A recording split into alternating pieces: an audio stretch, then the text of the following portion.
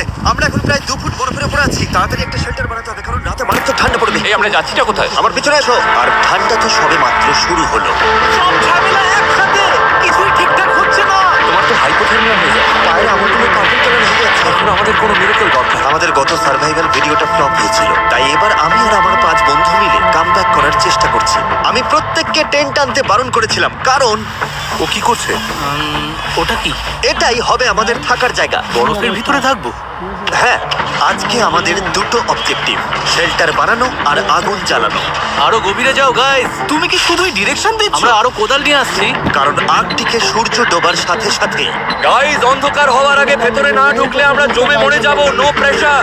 রাতে এত চরম ঠান্ডা পড়ে যে মাত্র 10 মিনিট এই বাতাসে থাকলে ফ্রস্ট বাইট হয়ে যেতে পারে। তাড়াতাড়ি জ্বালানির কাঠ জোগাড় করতে হবে। যত গভীরে যাচ্ছি বরফ তত শক্ত হচ্ছে। ছেলেরা পুরো দমে ওই স্নো ফোর্টটা বানাচ্ছে। এই স্নো ফোর্টের মেইন পারপাস হলো আর্কটিক হাওয়া থেকে বাঁচা আর সবাই মিলে বডি ওয়ার্মথ শেয়ার করা। আরে ভাই, বাপ রে বাপ, আজ রাতে টেম্পারেচার 0-র নিচে নেমে যাবে। আমাদের এটা লাগবেই, না হলে ফ্রস্ট বাইটে আমাদের সব আঙুলগুলো হারাতে হবে। আমাদের আরো ফাস্ট কাজ করতে হবে। সব শুকনো কাঠ। আমি বেশ লাকি।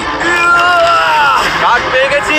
আরে দেখো, এসে গেছে। এই যেহেতু চলে এসেছে, দেখা যাক আমরা সবাই 40 ফিট হই কিনা। ভেতরটা একটু বেশি টাইট লাগছে। আজ রাতে ঘুমানোর জায়গা তো হলো। আর এটা বেশ আরামদায়ক। হ্যাঁ, যদি পা ছড়াতে না চাই তো। আমার জায়গা নেই।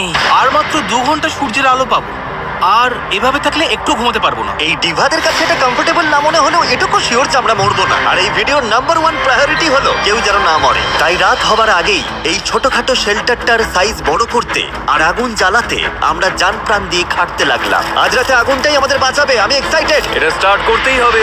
ভাই, আমার মনে হয় না আজ রাতে আমরা এখানে সবাই জায়গা পাবো। আমাদের ঘুরতে থাকতে হবে। ও, এই তো জ্বলছে। যাক, আমার গ্লাভস গুলো এবার গরম করতে পারবো। আগুন যখন জ্বলেই গেছে বুঝতেই পারছো এখন কি হবে। এটা ধরো। অলরাইট, আমরা কি রান্না করছি? ও, এটা কি করছো? এবার এটা আগুনে বসিয়ে দাও। ব্যাস, আমাদের খাওয়ার জল রেডি। এটা সেলিব্রেট করার মতো মোমেন্ট হলেও সূর্য কিন্তু ডুবে যাচ্ছে। ঘর বানানো শেষ। হ্যাঁ, ঠিক তাই। না ভাই, শেষে ধারে কাছে এখন বড় জোর 2 থেকে 3 জন আরামে থাকতে পারবে। ঠিক আছে, দেখা যাক জলটার টেস্ট কেমন। টেস্ট করে দেখো। ও, তোমরা হয়তো ভাবছো জলটা গরম, কিন্তু বারবার বরফ দেয় এটা খুব ঠান্ডা। ও, সাবধানে। ও, আমার জ্যাকেটে আগুন লেগে গেছে। আরে তোমার প্যান্ট। আরে তোমার প্যান্টটা পুড়ে দাঁড়াও, গেছে। ও আমার প্যান্টে সত্যি আগুন ধরে গেছিল।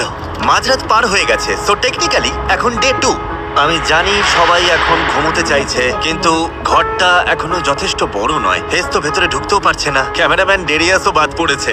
আমি বাইরেই ঘুমাবো। প্রথম দিনে আমরা সাকসেসফুলি আগুন জ্বালিয়েছিলাম আর ওই ছোট্ট অস্বস্তিকর গুহায় গাদাগাদি করে একসাথে ঢুকেছিলাম। কিন্তু ভাই, ওটা আমাদের জীবনের অন্যতম বাজে ঘুম ছিল।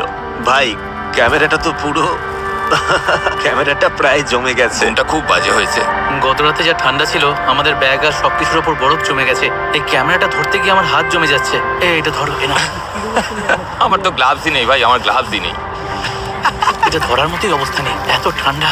মাই গড ভাই, আমার পা জমে যাচ্ছে। আঙুলগুলো ফিল করতে পারছি না। সবাই এদিকে দেখো, ওই প্লেনটা দেখছো?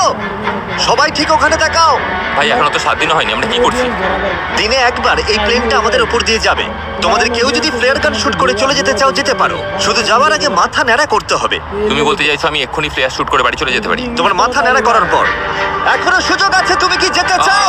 গত রাতটা জঘন্য কেটেছে ভাই। কেউ যাচ্ছ না? তাহলে ঠিক আছে, কালকে দেখা হচ্ছে।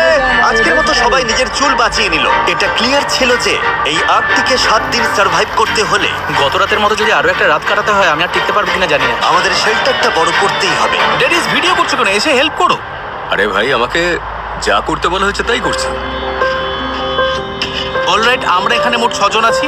আজকের গোল হলো আমরা যেন এপাশে পাশাপাশি শুতে পারি আর ওপাশেও পাশাপাশি শুতে পারি। আর সেটা না হলে আমাকে ন্যাড়া মাথাতেই বাড়ি ফিরতে হবে। ও, এটা দেখতে দারুণ লাগছে। ঘন্টার পর ঘন্টা ধরে আমরা শেল্টারটা করতে লাগলাম।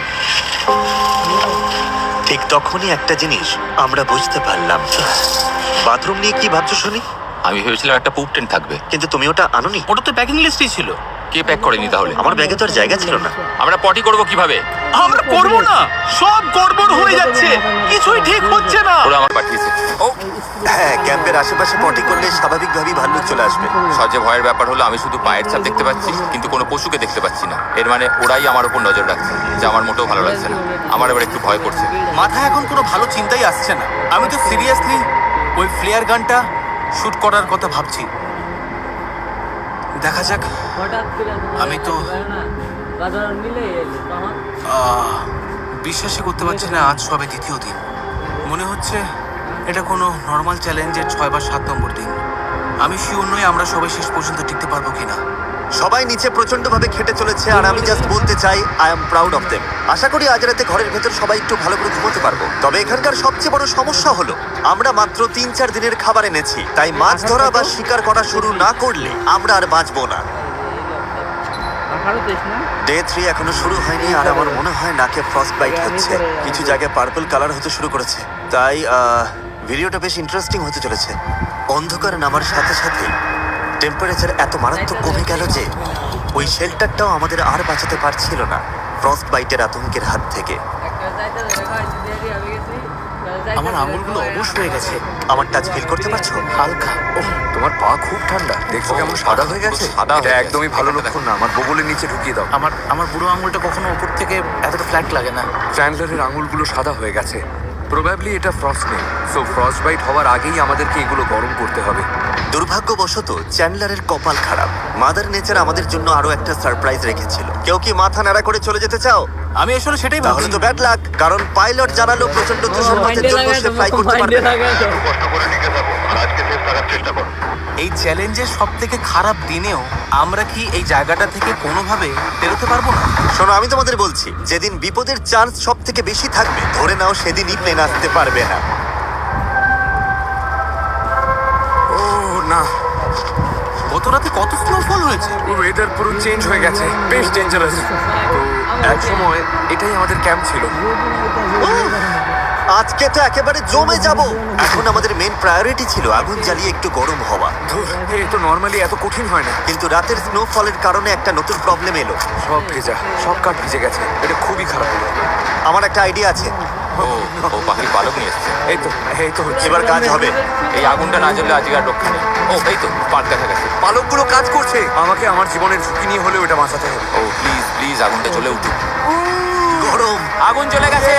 আমরা এখন শুধু গরম নিয়ে ভাবছি, কিন্তু আমাদের আসলে ফোকাস করা দরকার খাবারের ব্যবস্থা করবার দিকে। আমার কাছে একটা জিনিস আছে যেটা কাজে লাগতে পারে। এটা একটা আইস অফ। বাহ, দারুণ। আমাদের ক্যাম্পের কাছেই একটা জমি